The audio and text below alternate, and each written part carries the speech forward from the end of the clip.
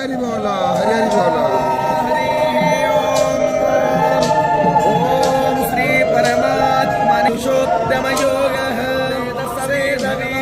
अधाश्चौर्ध्वं प्रसुतास्तस्य शाखानो निर्यतस्यन्ति चेतसः यदा वित्तं गतं तेजो जगद्भासयतेऽखिलं यच्छन्द्रामसि यच्चाग्नो तत्तेजो विद्यमामगं गावाविश्वजहोतानि धारयामि हमोजसा पुष्णामि चौषधि सर्वासो भूत्वा रसात्मकः अहं वैश्वानरो भूत्वा प्राणिनां देहमाश्रितः प्राणपानसमायुक्ता वचमन्यं कतन्विनः सर्वाश्च जाहं हृदि सन्निविष्टो मतः